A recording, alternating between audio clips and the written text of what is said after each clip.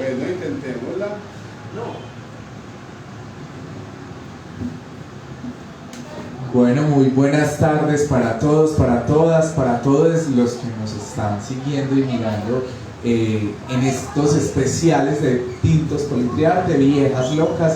Buenas tardes, Caro, ¿cómo estás? Hola Vichy, muchas gracias por invitarme nuevamente para estos especiales de Tintos Politriarte y otra vez estamos aquí para seguir hablando con estas viejas locas.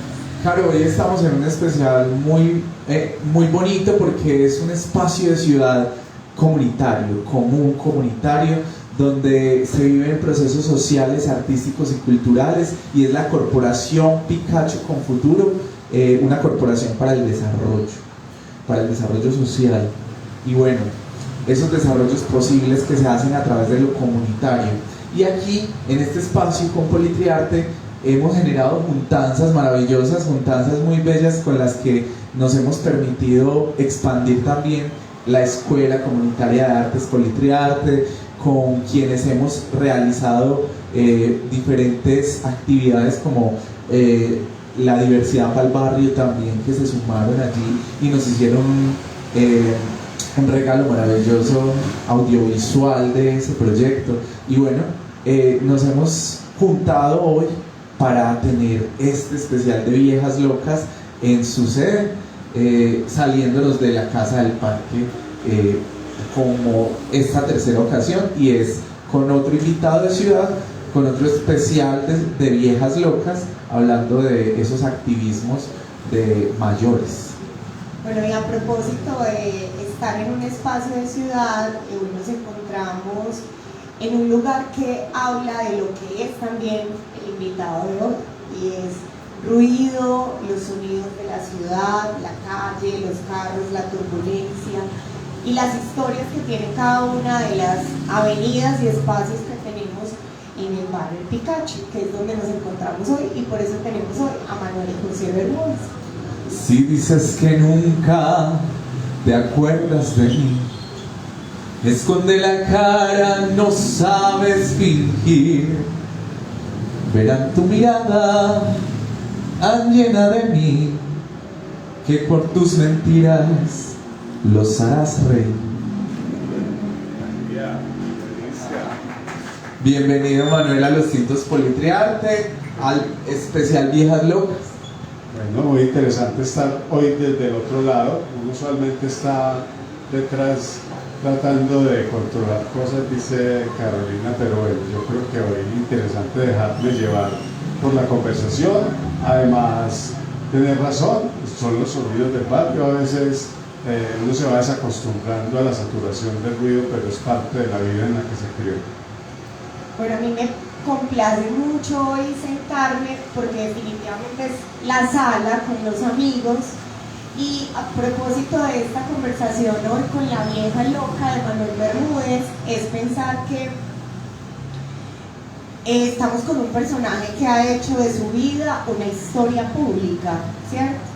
Cuando hablamos de Manuel, hay un montón de calificativos que le han dado un lugar, no solamente en el barrio de donde viene, de Santander, teniéndolos ahí ilustrado en todas sus historias y crónicas en primera persona, pero hoy lo vamos a sacar de ese lugar y lo vamos a invitar a conversar en otros espacios de la ciudad donde se hizo ciudadano, donde él ha escrito una historia que probablemente muchos creyéramos conocer, esa que nos ha regalado en distintos escenarios, bien sea políticos, sociales, académicos, pero hoy que lo queremos invitar a que se despojen, así, incluso mucho más allá de su obra del coso con el que acoso, y le quitemos un poquito de piel y nos centremos así al son de sus Tintos Politriarte, para que empiece contándonos cómo era esa casa donde vivía con la madre, cómo era esa madre. Sí, es muy particular porque el barrio Santander, cuando Ofelia llegó a habitarlo, era apenas estaba en construcción, era del crédito territorial, que había unas clases para unas casas para ubicar a la gente de La Iguaná, que es muy gracioso porque ella nunca fue de La Iguaná, pero sus vecinos siempre fueron de La Iguaná. Y el marido Bermúdez, que es muy degenerado y muy desordenado, la trajo porque él era el que cuidaba el lote o la construcción, y entonces les permitieron estar donde la iglesia de Santander, les permitieron hacer lo que ellos llamaban una ramada, que era como un ranchito porque vivieran mientras cuidaban la construcción. Y Ofelia, siempre con su malicia indígena, se fue proponiendo irse ganando la gente, hacía ventas y cosas por el estilo, hasta que llegó un momento en que habló con los del crédito, que ella hablaba mucho con ellos, con los constructores y con los ingenieros, y les dijo, debían darme una casita para que yo viviera. Y fue un proceso difícil, pero al final terminó convenciéndolos de que le dieran a ellos también una casa sin ser parte del proceso. Una casa con muchas particularidades, porque hoy que estamos en el Picacho y que tiene el Metrocable y esas cosas, uno narra que muchas narraciones son más de Ofelia que mías realmente. Había que coger un bus que era el de Bello y subir desde Zenú a pie hasta Santander. Imagínense los que venían para París y para el Picacho cómo sería de lejos, porque traer el mercado y todas esas cosas desde por allá, no había calles realmente, no había mangas, ese era el proceso. Y aprendí a criarme en una vecindad donde había mucho espacio verde, estaban todas las zonas de la Marochenga, del Cerro del Picacho, de todo el entorno verde posible para uno, como digo en mis historias, ser y deshacer, pero sobre todo para aprender a vivir con la libertad que tengo ahora. Bueno, y tú antes de escribirnos todas las, digamos que todos los, ¿cómo llamaríamos eso? Logros de la mamá para conseguir esa casa, pasaste de manera muy rápida por el señor Bermúdez. Bueno, este personaje, este papá de Manuel Bermúdez, ¿qué significó para el niño que un día fuiste? Yo creo que tuve una ventaja inmensa. Yo soy el menor de 15 hombres y nací sin Bermúdez. O sea, yo tengo el apellido Bermúdez, pero Bermúdez solo fue un tipo que, por supuesto, con todo el respeto de mis hermanos, porque quieren mucho a su papá, yo no lo conocí, y es un tipo que estaba metido en todos los problemas del mundo, o en la cárcel, o escapado, huyendo de todos los que los perseguían por sus problemas de enredos. Yo no creo que tan delincuente, pero sí muy enredado, y estaba en la cárcel permanentemente. Entonces solo salía a preñar a Ofelia, por eso le tuvo 15 hijos. Él venía a preñarla, a cascarle, además que ella lo quiso a consentirla en algún momento, pero solo era dejarle un hijo y volverse a ir. Entonces Bermúdez murió trabajando en lo que hacía, y aprendieron mis hermanos, que es construcción. Un andamio, se cayó el can que le ponen al andamio, que es una tabla grande, y le dio en la cabeza y lo mató. Y afortunadamente eso pasó en el colegio del sufragio de los salesianos. Y entonces nosotros, por eso yo terminé también en Ciudad Don Bosco, que me recogieron de la calle y eso, porque los salesianos asumieron como no podemos dejar estos pelados, se los llevaron a todos para internados de sus colegios salesianos, sobre todo en Ibagué, a la gran mayoría de mis hermanos. Yo no estuve en esa camada, pero esa es la historia de Bermúdez. Yo no tengo mucha referencia de los Bermúdez que tengo, porque fueron mis papás, son todos mis hermanos mayores, porque ellos ejercieron mal o bien, porque había mucho, por supuesto, de la formación de machista, pero eso también tiene cosas muy lindas cuando uno empieza a analizarlo con el retrovisor. Y ese niño antes de estar en Ciudad Don Bosco, ¿cómo era cómo fue su infancia? ¿Cómo era su estar con sus hermanitos, con su mamá, con su familia, con su entorno, con su cuadra? ¿Cómo era ese niño? Sí, muy particular, porque además estar aquí en el Picacho hoy es muy lindo, porque el Picacho sigue siendo referente. Ciudad Don Bosco también queda en la línea del Picacho, y entonces termina siendo como el mismo entorno, como si la vida lo ubicara siempre a uno muy cercano, incluso Villa Campina, donde terminamos consiguiendo casa. Yo creo que fui un niño, no tanto con mis hermanitos, yo me crié con mi hermano más cercano, que es, yo creo que me lleva como 2 años, mi hermano. Él fue delincuente, yo creo que desde que nació, si me está oyendo, él sabe que yo lo quiero mucho, pero es verdad. Este sí nació delincuente, le pegaban todos los días, en Ciudad Bosco donde estuvimos, lo castigaban todos los días. Pero fue muy bonito porque fue mi protector. Y entonces yo era la loquita del barrio, y yo, por supuesto, como marica, tenía algunas desventajas de poder frente a los machos del barrio y de la zona, pero él, como era el bravucón, siempre fue mi protector. Incluso ya en la adolescencia decían: no se metan con ese man, que ese man es el hermano de Gitano, y Gitano era toda una leyenda de Barrio Bravo. Yo creo que más allá de criarme con mis hermanitos, yo siempre fui muy de la calle. Yo aprendí a hablar como a los 4 años. Y en estas mangas, que había muchas fincas, incluso por aquí en la zona de París y al año del Picacho había muchas fincas, a mí me encantaba volarme de mi casa a venir a las fincas por una razón: había comida. Entonces mis hermanos, muchos aguantaron hambre, yo nunca aguanté hambre porque yo venía a hablar. Y entonces para esa gente era muy común, muy bonito, decían ellas, las señoras, que ese muchachito viniera a hablarles, y no sabían que lo que yo hacía era seducirlos para que me dieran comida, y yo siempre llevaba comida, incluso a veces llegaba a la casa con comida. Entonces siempre fue descubrir la zona, descubrir todo el entorno, más desde mi exploración personal. Fui muy solitario, es muy particular porque soy muy de grupo, en todo mundo me ve muy colectivo, pero en el fondo soy muy solitario. Y eso lo aprendí muy de niño porque era mi defensa. Yo no entendía muchas de las cosas que hacían los niños, porque yo siempre creo que fui como un adulto en el cuerpo de un niño, no solo para lo sexual, no solo para la malicia, no solo para eso de que me dieran comida, sino también para habitar como tal la vida del padre. Bueno, cuando se habla del barrio, poco se tocan aquellas historias ocultas tras la sombra de lotes baldíos, donde por primera vez hicimos el amor o jugamos a hacerlo. De igual forma, los encuentros a escondidas en las casas donde las mamás trabajaban todo el día y podíamos jugar una y mil veces a las mamacitas con las mamacitas y los papacitos, todos de nuestra edad, con los deseos aún inmaduros y una actividad sexual más de curiosidad que de placer. Aprendíamos jugando sobre sexo, de la misma manera en que nos escondíamos de las viejas chismosas y cizañeras que nunca faltan en el vecindario. Los primeros juegos eran puestos por personas que sabían, pero que en realidad no sabían mucho y nos enseñaban con malicia.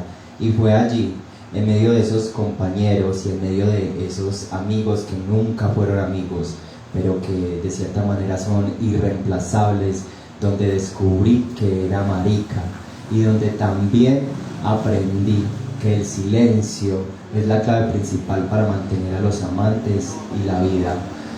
No recuerdo muy bien, creo que desde que tengo memoria, creo que casi desde siempre, pero palabras como marica, gay, mujercita, soso, perezosa o cualquier otro apelativo que utilizan los hombres de barrio para señalar a hombres como nosotros que nos gustan y amamos a otros hombres, se convirtieron en el itinerario de mi vida, en el diario de mi vida, y estos sonidos me causaban una fuerte frustración, a la misma vez que ser homosexual, y más serlo en un barrio popular, fue uno de mis mayores logros y una de mis más grandes aprendizajes. Maricadas que uno piensa, historias y silencios de una loca del barrio, ciudadano gay de Medellín. Bueno, digamos que esas maricadas que piensa Manuel Bermúdez empieza a movernos de un tiempo en el que estábamos, que era mirar los sentires y los pensares de Manuel, el hijo de la India, como siempre la llamas, y de ese Bermúdez, que no estuvo cerca, pero que te ha dado un apellido por el que casi todo el mundo te reconoce. Y esas viejas chismosas de los vecindarios, esas calles, el barrio Santander, digamos que aparece de manera reiterativa en lo que vos siempre contás y nos has compartido en quienes hemos conocido. Pero cuando tú le has dado lugar en tu propia historia, digamos en tu autobiografía pública, a ser del barrio, a vivir lo que muchas personas han vivido en un país como el nuestro, que es la pobreza, las complejidades de las familias tradicionales, en una cultura machista, patriarcal, misógina, en esos hermanos que siempre terminaron ocupando los lugares de papás, porque muchas de nuestras familias así se configuraron. Eso como permitió que Manuel viviera y sobreviviera hasta llegar a la adolescencia y poderse nombrar marica. Antes de que responda Manuel, por aquí Norbey Echeverry Orozco nos dice: saludos Manuel, recuerdo que en la universidad también contabas historias de ese niño que se ponía los tacones de la mamá.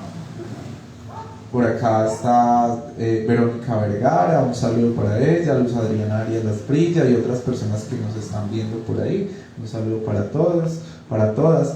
Nos pueden comentar, escribir también, ustedes las apreciaciones las vamos a ir comentando.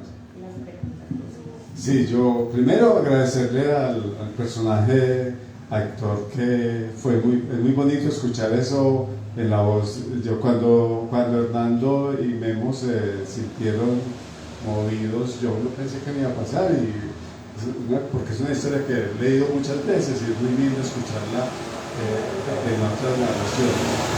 Yo creo que yo siempre digo, mire, la virtud de llegar aquí a donde estoy, a mi adultez, tiene que ver con haber superado muchos momentos duros de la historia del barrio, de la historia de la familia y de la historia de la ciudad. Yo suelo ser más mítico que víctima. Y en lo mítico cuento, por ejemplo, que mi mamá me cuenta que nací con el cordón umbilical amarrado al cuello, que me tuvo que tener un rato ahí mientras llegaba la partera por las dificultades de movilidad en la zona. Ella venía de Alfonso López, era doña Carmen, que además era muy cerquita de Alfonso López, la enfermera le decían a la señora. Mientras subía desde Alfonso López aquí, ella tuvo que tener media hasta que llegó. Ha sido supervivencia, entonces, pero yo nunca lo vi como victimizante, lo aprendí a ver, por eso lo volví historias, lo aprendí a vivir como retos muy lindos de la vida, también porque Ofelia me lo enseñó, y es, yo no he encontrado una mamá que se levantaba por la mañana a quejarse desde que no teníamos comida, sino una mamá que se levantaba a arreglar la casa y a ponerse muy bonita. Y cuando yo le preguntaba por qué, me decía, porque si tenemos la casa muy bonita y yo estoy muy bonita y abrimos la puerta, va a venir gente a darnos cosas. Y eso yo creo que cambió el chip de la victimización. Entonces, cuando entré a la universidad, por ejemplo... Te me estás saltando, no, acuérdate, sí. no se me vaya todavía por allá y no te me vayas desde el lugar del adolescente. Del barrio. Sí, del adolescente que está en el barrio y que con todo eso que tú, por supuesto, resignificas, ¿cierto? Con las experiencias de esa mamá, como muchas mamás en este país, que la pobreza de algún modo hicieron que se resignificara para que sus hijos no sufrieran más. Es un poco es volver a poner en tu carne y en tu piel lo que otras personas y otras mujeres han hecho, claro, pero que con esa particularidad de lo que eres, tú empiezas a vivirlo en relación a 1, ser hombre, 2, ser un hombre marica, y 3, habitar en qué momento de la historia de esta ciudad de Medellín, siendo joven, o sea, que implicaba todos esos factores para que Manuel pudiese sobrevivir en esas circunstancias. Yo creo que tiene que ver también mucho con ese colectivo de hombres que me criaron.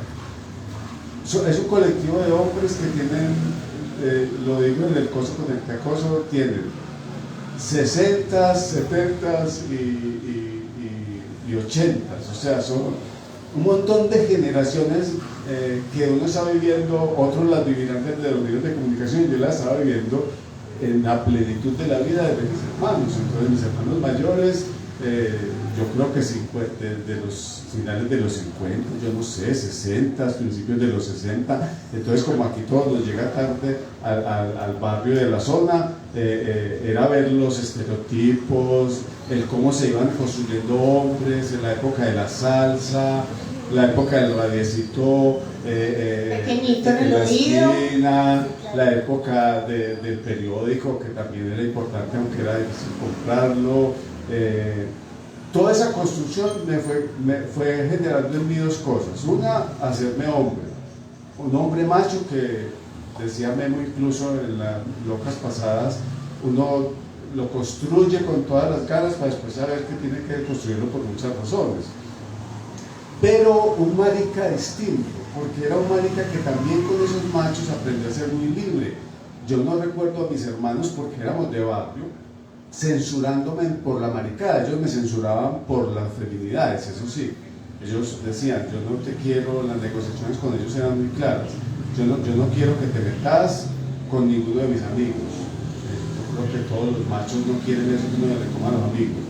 Yo no quiero que en la calle te vean muy afeminado o vestido de mujer. Yo nunca quise ser una mujer. Yo me ponía los zapatos de mi mamá, yo creo que más por un asunto artístico, porque sonaba muy rico, y ni siquiera los de mi mamá, eran los de mis sobrinas, unas plataformas. o no sabemos, o no sabemos porque claro, yo te escucho y empiezo a pensar que así como vos has hecho resistencia para afuera, para habitar la ciudad, para darte un lugar en el barrio, luego en la ciudad y luego todos los escenarios que has habitado, también había que darse un lugar en la familia, que es casi que si bien te generó disputa, pues eran los hermanos, pero era tu lugar.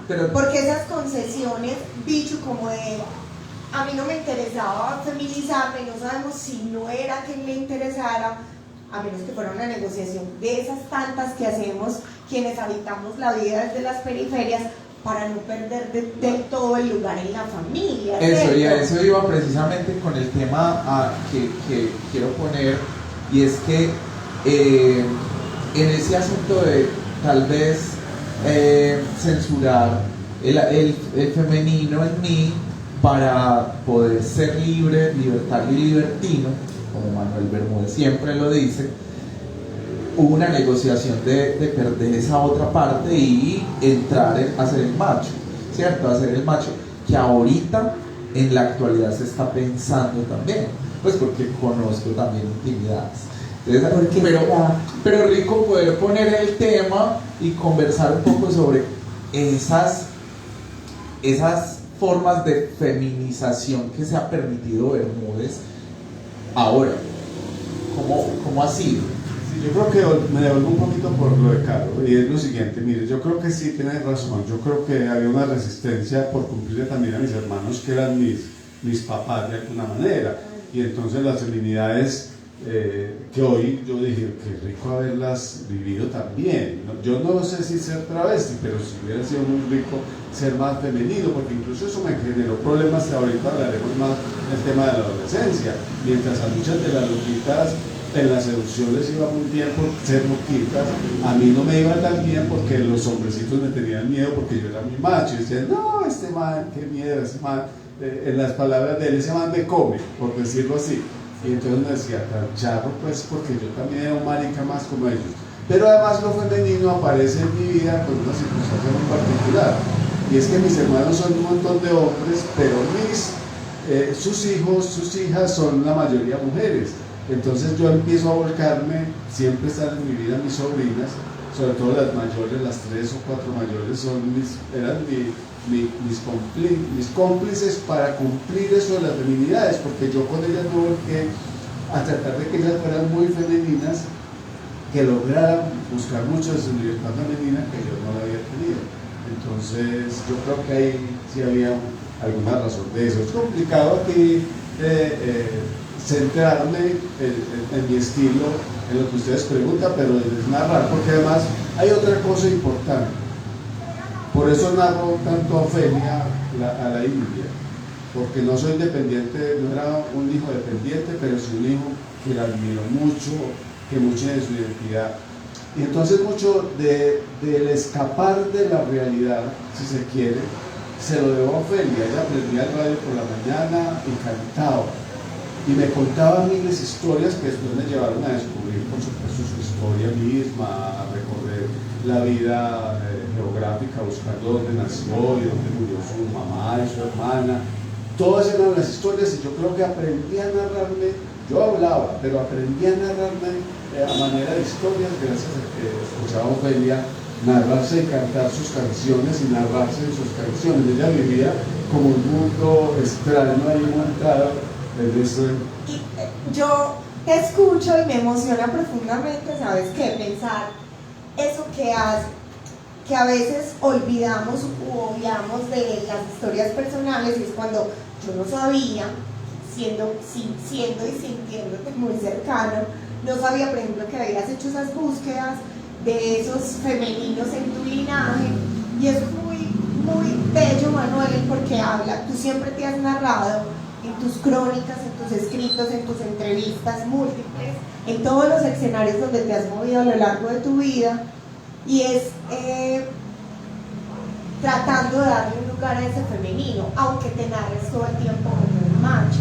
Entonces, si lo hilamos con esto que vamos a ir dejando, que es esa infancia y ese joven con esa inhibición todo el tiempo de la familia, de lo femenino, y sea marica, le damos el permiso de ser marica, pero por favor, controle su femenino, y vos lo que haces es pues darle lugar a tu madre, por supuesto a esas otras mujeres que han habitado a Manuel, así incluso cuando estamos cerca, las mujeres que lo queremos, él pone el freno, no me abrace, no me diga, no me ponga, no sé qué. Entonces es muy particular porque claro, la historia se ha narrado en ese macho irreverente que se ha dado lugar como marica de barrio en muchas partes, pero que finalmente ha tenido que hacer unas concesiones profundas con su femenino. Bueno, pero el hecho de que los maricas del barrio no nos la juguemos como actores de guerra, de poder, no significa tampoco que entremos en disyuntivas como amos o esclavos. Ellos, los machos, nos respetan como sus cómplices, silenciosos de pasiones tácitas no declaradas. Y es aquí cuando en el juego las astucias van de un lado y de otro. Como sabemos de sus dificultades, de sus necesidades de apariencia, nos salimos del juego de la mayoría para camuflarnos en otros espacios y en otros entornos, lenguajes cifrados que difícilmente entenderán las personas que fueron espectadores y que a la misma vez también fueron jueces, porque era la única forma en que aquellos machos de barrio nos demostraban su afecto. Palabras como loca y hueputa de una moto moviéndose, o pa' matar a esta marica, mientras se tiraban una risotada, eran la única frase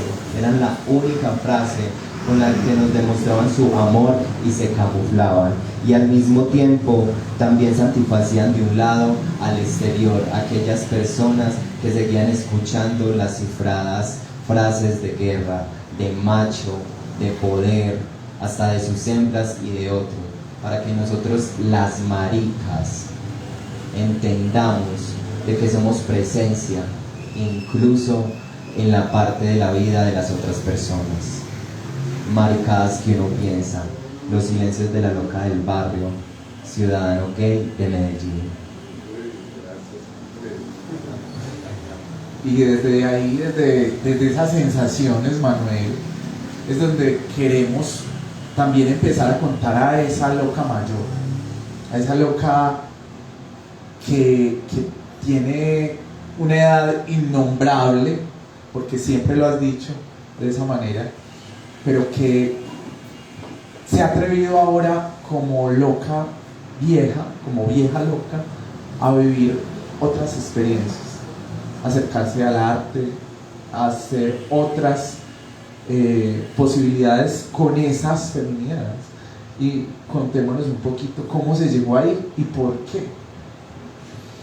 Y agradecerle de todas maneras en serio que muy charro que esas cosas lo muevan a uno de esa manera escuchadas allá, porque además está narrando una cosa muy bonita y es eso que estoy diciendo ahorita que fue mi desventaja, también fue mi ventaja, lo narro ahí porque entonces preferían salir con esta loca porque era macha, porque pasaba más inadvertido y entonces podíamos escondernos por aquí en el Picacho, en todos los matorrales, porque íbamos a coger otras cosas para poder tener esas aventuras sexuales que digo que eran otro asunto. Yo creo que el arte siempre estuvo presente, lo que pasa es que parte de negar la feminidad era negar el arte. Yo fui del coro de la universidad, yo bailé en el grupo de danzas del colegio, de la iglesia. Yo creo que en la escuela, que era una escuela de niños, con la profesora de canto, yo también me debería cantar en actos cívicos. Ofelia además tenía la increíble habilidad de que su afán de mantenerlo a uno personaje desde pequeñito hacía que me llevara cuanta cosa había.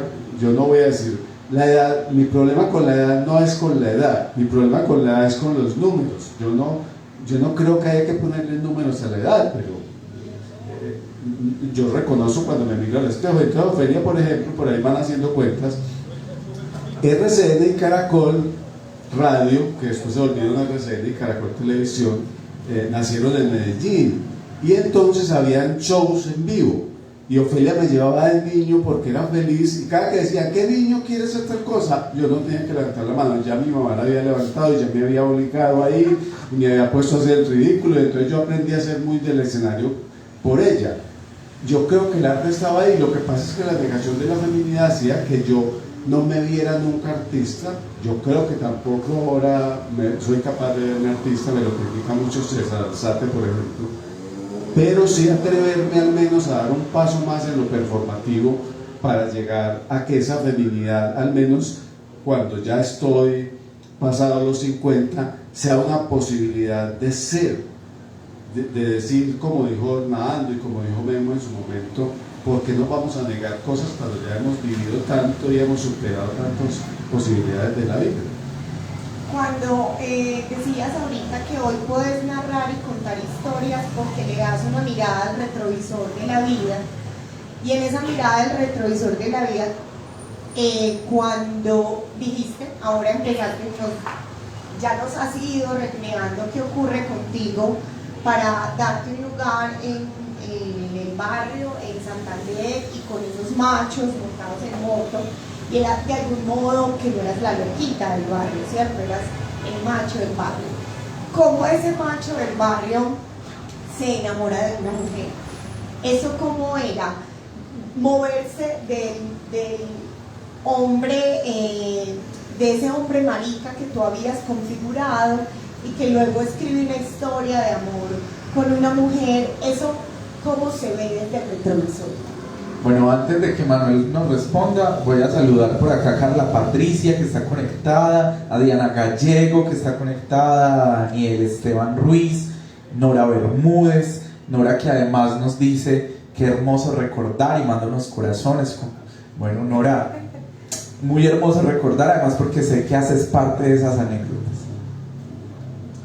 Sí, mire, yo creo que las etiquetas son una cosa que empezó a aparecer en la ciudad afuera y que uno se las fue asumiendo cuando empezó ya a salir de la ciudad, pero en el barrio no había etiquetas, y yo lo narro incluso en los silencios de la loca del barrio, no había etiquetas, aquí no había, yo no era realmente un homosexual, yo era un ser que estaba viviendo muy rico, y en ese vivir muy rico, y por eso no me llamo bisexual, nunca fui un bisexual, también había romances con niñas, claro. ¿Cuál era la diferencia? Que yo sabía que yo no me enamoraba de mujeres, que yo las quería distinto, que algo en mi ser me identificaba muy claramente con el amor por los hombres y con la pasión por los hombres. pero siempre tuve noviecitas y siempre tuve amiguitas, pero nunca para esconder mi maricada porque era muy claro.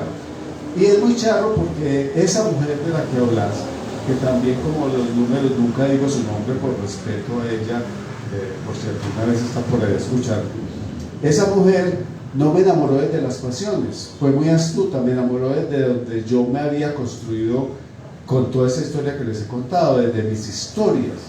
Ella me enamoró primero contándome sus historias de periodista y segundo escuchando con toda la pasión del mundo mis historias. Nos daba medianoche, era muy charro porque hablábamos y hablábamos y hablábamos, fueron 4 años de hablar. Todo el mundo piensa en las relaciones afectivas como unas relaciones sexuales y nuestras relaciones de lengua. Nosotros hablábamos y hablábamos, trabajábamos juntos además como periodistas, porque ella me estaba enseñando, yo no era periodista, pero hablábamos y hablábamos y hablábamos y ella me contaba sus historias y yo las de ella. ¿Y cómo me enamoró? Yo iba pasando mi ego de macho loca, iba pasando por un salón amplio y alguien me dijo, te voy a presentar a una mujer espectacular, y efectivamente una mujer muy valiosa en su ser. Yo no la vi bonita, pero cuando ella me dice, ese indio cada vez que pasa y yo lo veo atravesar con su pelo largo y su arrogancia el salón, yo digo, wow, qué rico tener a ese indio a mi lado. Y yo dije, tan bacano, eso me sonó muy bien, ahí se me salió lo femenino, yo creo. Dije, wow, qué halago. Y yo creo que desde ahí empezó esa relación que duró 4 años. Con eso que nos cuentas, pienso 2 cosas. Uno es que, por ejemplo, haces unas reflexiones que parecieran muy contemporáneas a propósito de los discursos de género, y es hablar de los pansexuales, ese amor por los sujetos, por la humanidad del otro, que es un poco la experiencia que tú narras que tienes de esas vinculaciones que tuviste con aquellas mujeres, cuando todavía los discursos que hoy tenemos para hablar sobre las orientaciones sexuales no estaban tan puestas en el discurso claramente, pero que ya eran parte de tu historia. O sea, vos lo vivías, había todo un montón de experiencias vitales que ponían ese asunto de las etiquetas. O sea, el amor no se reduce a la experiencia de lo sexual y de lo erótico.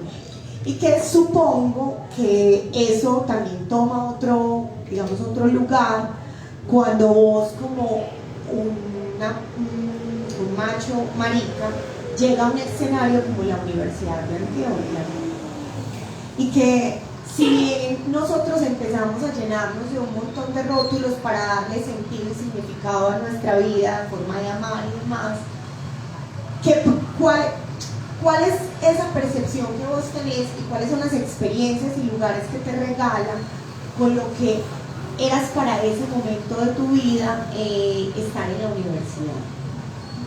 Sí, incluso pasa una cosa muy particular, y es que hoy yo no soy profesor universitario, ni estoy en un cargo público, ni soy un tipo que podía ser más adinerado y más famoso, vinculado oficialmente a ninguna entidad, porque me negué a nombrar en tercera persona lo que yo sentía que podía haber nombrado, porque ya lo había vivido en primera persona.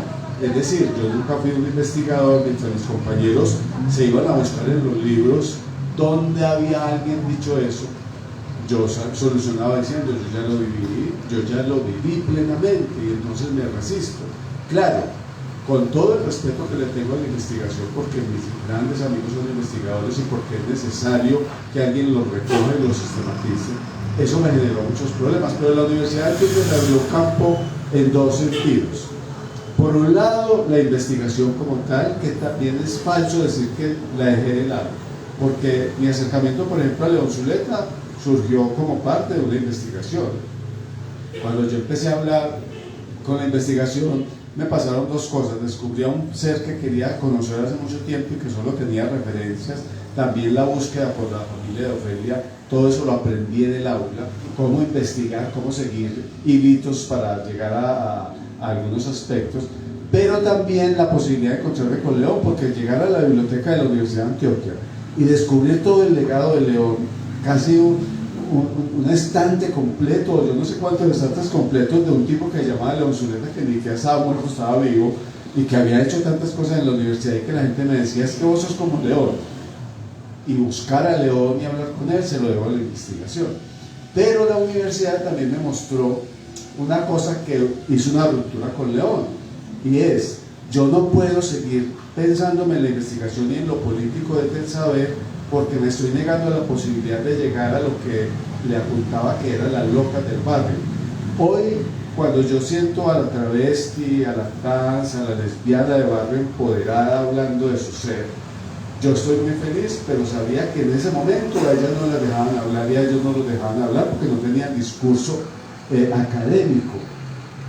¿Qué voy a hablar yo, decía León, con un marica que no tiene discurso? Yo sentía que sí teníamos un discurso porque yo lo había tenido y que yo lo había escuchado en el barrio y que yo sabía que esa travesti peluquera del barrio tenía un discurso que no era el académico, pero era el suyo.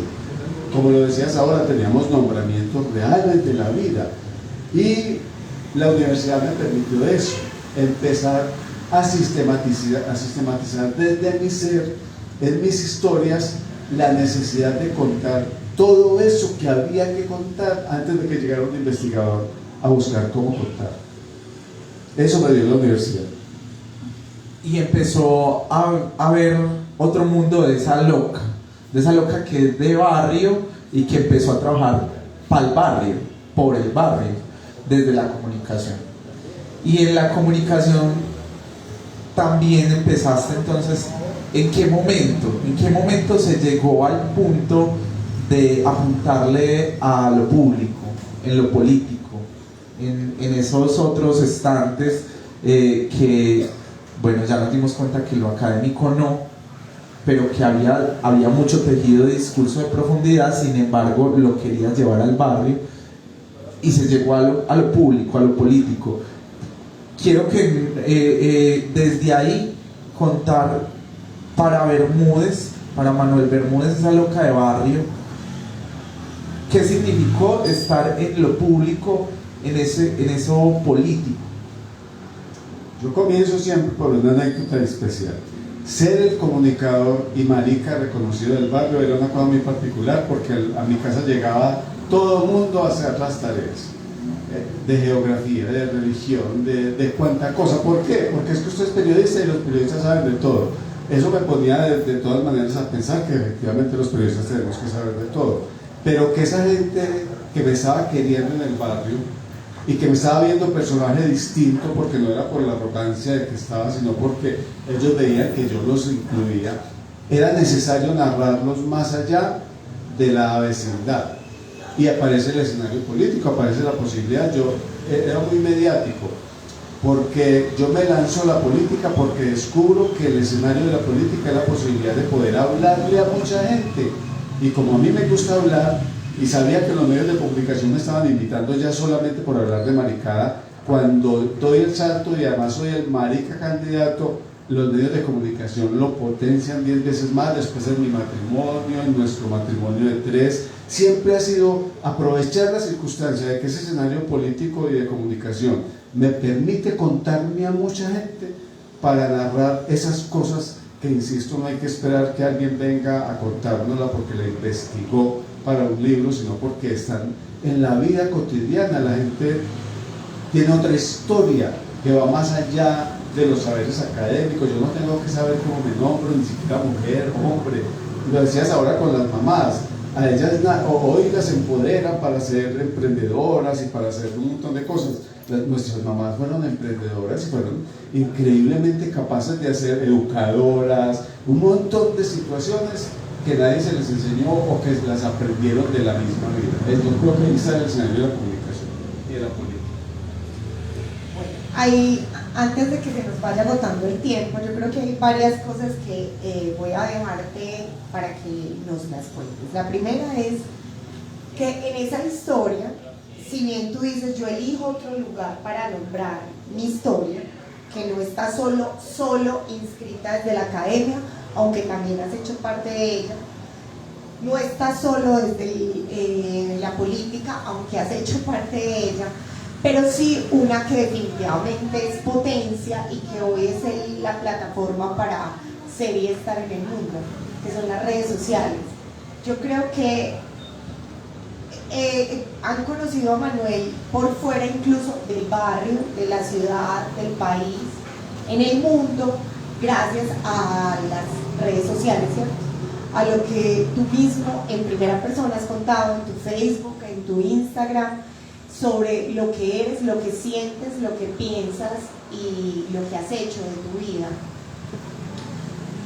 Y nombras dos hitos que han sido muy importantes, pero yo agregaría uno. Con los años que tienes, si bien no vamos a nombrar el nombre, luego discutiremos el número, perdón, pero con los años que tienes y la historia que has escrito en esta ciudad en particular, Manuel, ¿cuáles crees que son las posibilidades que ofrece el presente por tener las redes sociales al servicio de lo que significa ser una persona disidente sexual, que no tuvieron los chicos y las chicas cuando vos tenías, por ejemplo, 30, 40, incluso 20 años? Y aparte de eso, Caro, también con relación a lo de las redes sociales, pero también en ser el profe marica, que implica también en ese tema de que ahora también se están viendo muchos temas relacionados a que un marica no podía ser profe hace muchos años y ahora sí, y que implicaba eso para Bermúdez. Antes de Andrés Ramírez dice lindos, saludo Andrés, gracias, aprende con Pili que nos están viendo por allá, y Rogelio Castro nos dice lo siguiente: Manuel me ha dado una de esas enseñanzas que pocos profesores dan, a ser uno mismo, a creer que se puede, a no dejarme intimidar, a dejar de lado el miedo al que dirán. Este hombre va caminando vidas, va cambiando vidas, a lo mejor sin darse cuenta, cargando en las manos un tinto y diciendo a veces las palabras hijo de puta. Algo así. Es que yo puedo ser un buen comunicador, hijo de puta. ¿Quién me lo impide? Llegaba a la clase con su discurso para decirnos que teníamos mucho a la hora de caminar. Ponía como ejemplo ser el ciudadano gay de Medellín, sus luchas, el reconocerse y el ser. Y lo decía con orgullo, sin que le temblara la voz. Ese transmitir seguridad y confianza es bien importante en lo académico. Estoy seguro de que más de uno ha logrado brillar gracias al discurso de este hombre. De forma pública te lo reconozco, Manuel. Gracias, le doy a la vida por las enseñanzas que me has dado, que me has dejado. Y Lee nos dice, les amo. Muchas gracias por las cosas lindas. Mire, yo soy de la época de la máquina de escribir, además aprendí taquigrafía y mecanografía, estaba como parte de mi cercanía a esa barricada. Es que terminé estudiando en un colegio de secretariado comercial, era excelente en taquigrafía y mecanografía, que me da mucha risa porque yo no soy tan delicado. Volvemos al cuento de las feminidades, pero a la gente le gustaba. También estudié peluquería en la Mariela, me retiré porque a mi marido no le gustaba que fuera peluquero. Pero bueno, las redes sociales, como nos tocó la inauguración de la Universidad de Antioquia con DOS, cuando aparecen los primeros, yo empecé a descubrir la maravilla. Yo no creo que con el potencial hoy de los emprendedores y de todas esas cosas que le quieren meter a los pelados, sino con la posibilidad de encontrarme de nuevo en comunicación con el mundo, y me salvaron de muchas cosas que voy a contar una anécdota de la carrera. Cuando me amenazaron, porque también tuve amenazas, yo viví la época dura del narcotráfico y de los paramilitares en la zona, que fueron muy duros hasta que se desmovilizaron en teoría, porque después se volvieron barrenderos, es decir, nos seguían vacunando en las calles. Cuando me amenazaron, yo ya estaba en las redes sociales. ¿Dónde me metía en las redes sociales? Me metía donde veía que decía la palabra gay, así fuera pornografía, porque me parecía muy interesante poder conversar con esos que pensaban que nuestro único objeto era el placer de seducir desde el cuerpo y desde el sexo. Y en una de esas redes había un montón de seguidores, uno de ellos el escritor Gustavo Álvarez Gardiazabal, y cuando me amenazan me pasa una cosa muy linda, y es que volvemos a las feminidades.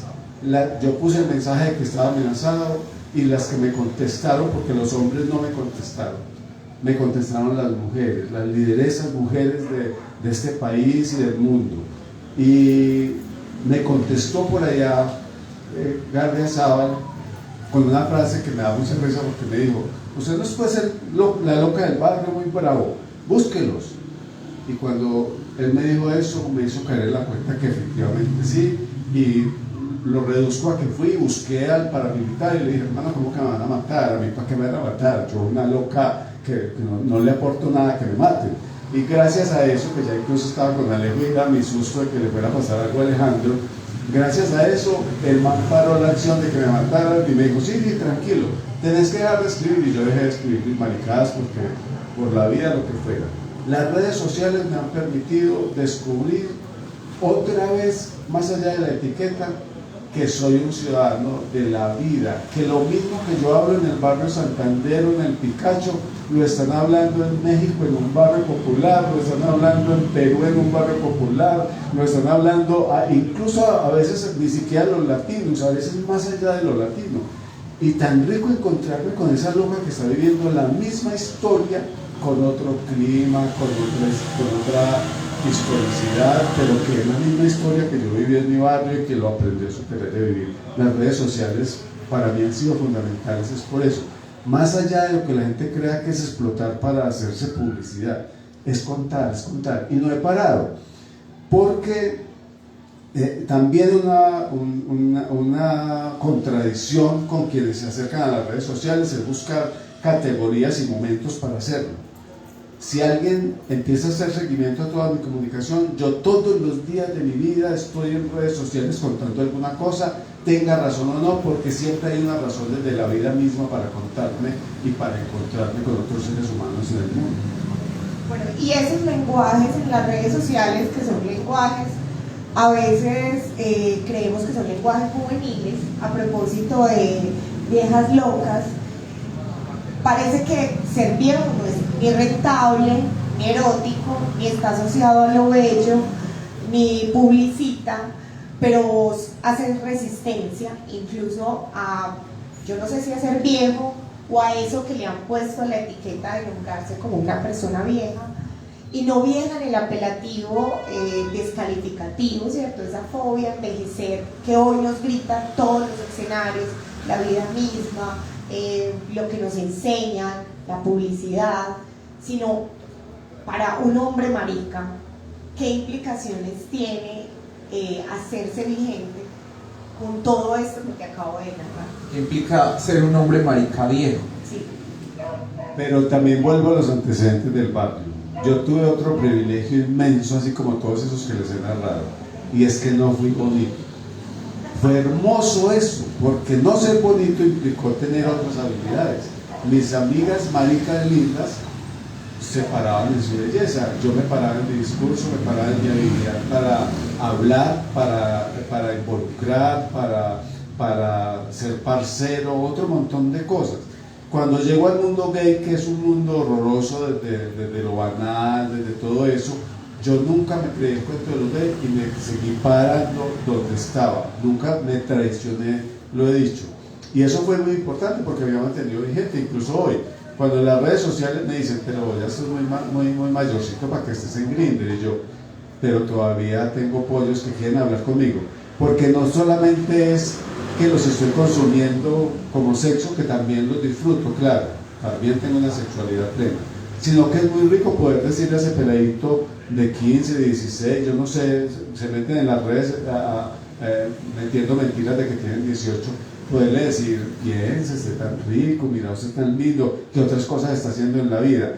Eso no se lo imagina la gente que lo hago. Yo hablo mucho con gente en las redes sociales, lo mismo que seguía hablando antes, porque es escenario de seducción, pero es escenario también para seducir para la vida.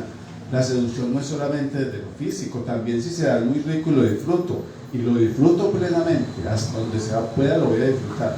Pero la mayor seducción es decirle a ese niño o a esa niña gay, lesbiana, trans, que tiene posibilidad de ser como yo en la vida cuando le dé la puta gana, como decía el compañero ahorita, cuando le dé la gana y donde le dé la gana. Y antes de que ya se nos agote el tiempo, hay una cosa que vos mencionaste muy someramente, y es que otra de las circunstancias que a veces rodea la vejez de las personas homosexuales, los gays, las lesbianas, y bueno, quizás también tendremos la posibilidad de preguntarnos con las personas trans, es el tema de la familia. Y vos has construido familia, una vieja loca con su familia, aquí tenemos uno de los maridos. Entonces, ¿qué ha significado hoy verte como una vieja loca mayor que siempre narra que es feliz, pero además familia feliz? ¿Eso cómo se logra a estos años? Hay una cosa hermosa, y es que muchos de esos amigos que se cuentan en sus soledades de que no han podido conseguir a alguien que los acompañe, yo por lo general no los contradigo, pero yo cierro los ojos porque yo también me miro al espejo y veo que mi cuerpo ha cambiado, que mi cara ha cambiado, que tengo unos rasgos que evidentemente ya han pasado los años. Pero cuando me miro al otro espejo, que es el de mi familia, y veo al hombre que a los 18 años se vino a vivir conmigo, pero que hoy tiene 40 y pucha, ya nos puso a hacer cuenta. Y no nos sentimos viejos. ¿Por qué? Porque nos hemos acompañado juntos. Y entonces el mensaje para la gente es esa: mire, si yo llego solo a la vejez, buscando esa alternativa de lo gay hermoso, yo no sé qué, el dinero, yo no sé qué cosas, me perdí la posibilidad de envejecer con todos los problemas que tengamos al lado de alguien o de alguienes, porque no solamente es uno, sino que fuimos 4. Verlos ahí todo el tiempo es verme en un espejo donde yo digo, sí, yo he cambiado, pero nuestra familia también ha ido cambiando, y entonces es como si estuviéramos otra vez al principio, porque somos igualitos, somos exactamente iguales, porque ahí estamos todos los días mirándonos el rostro con todo el amor que implican los años también. Yo creo que llegar a la vejez como soledad debe ser muy duro, pero también y puede ser una elección, porque también hay otras posibilidades, los perros, los gatos, los sobrinos, yo no tengo ahijados, pero los ahijados. Pero qué tan lindo cuando a mí la vida me dio la posibilidad en lo familiar, siempre de ser un hombre de familia, que se lo aprendí también a los machos bermúdez. Son pésimos papás en muchas cosas, pero son hombres de familia muy lindos en eso. Eso lo aprendí y lo he mantenido, y qué rico tenerlo ahí. Bueno, se nos acabó ya el tiempo, el programa. Vamos a cerrar. Porque había algo que también quería tocar antes de que cerremos, y es que fueron tantos y tantos y tantos esos que estuvieron en la historia de Bermúdez y que muchos ya no ni pudieron contarse, y que vamos a tener la posibilidad para las personas que están en Bogotá de estar con el coso, con el que acoso en temporada mañana, jueves, viernes también, y posiblemente sábado. Tendremos temporada en Bogotá con esta obra, pero eso, cerrar un poquito con ese tema de esos tantos y tantos que han transitado por esa historia de Bermúdez, y que, bueno, un mensaje de esa vejez para esos que posiblemente todavía están. Sí, yo creo que muchos de los miles de amantes, he tenido más hombres que los mencionados en la Biblia, en el Antiguo y en el Nuevo Testamento, y muchos me han amado. Yo creo que la gran mayoría no han sido solo amantes, sino que me han amado. Esos hombres que me han amado también son parte de mi historia muy linda, y por eso cuando nos encontramos en la calle, así tengamos muchos años encima, nos reconocemos en eso que fuimos, que en últimas es lo que somos, lo que fuimos. Bueno, muchas gracias a Manuel, me complace enormemente hoy esta conversación, pero también deja unos puntos suspensivos para el cierre con estos programas de Viejas Locas, así que ¿quién más que dicho para invitarles para vernos próximamente? El próximo 3 de octubre, miércoles 3 de octubre, nos vamos a ver en la Casa del Parque Politriarte, para las personas que quieran arrimar presencial, quieran estar en el programa de los Tintos Politriarte con estas 3 viejas locas.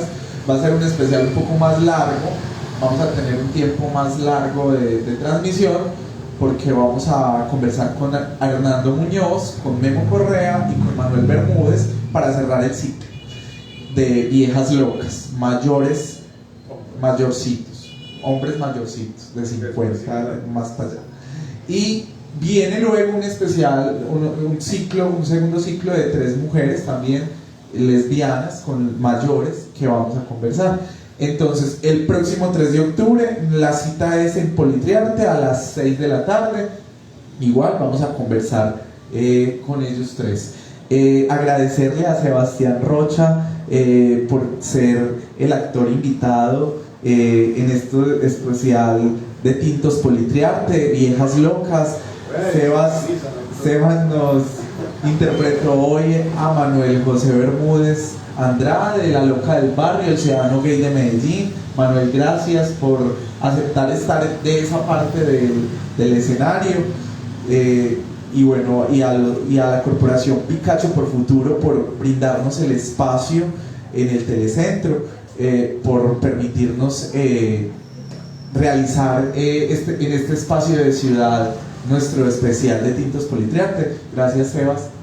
No, muchas gracias a ustedes por la invitación. La verdad me tocó mucho el texto, me sentí muy identificado con este tipo de cosas que se nombran ahí. Muchas gracias. Bueno, muchas gracias a ustedes. Nos vemos el 3 de octubre en Tintos Politriarte. Cerramos. ¡Qué loca estoy! No me importa lo que piensen de mí.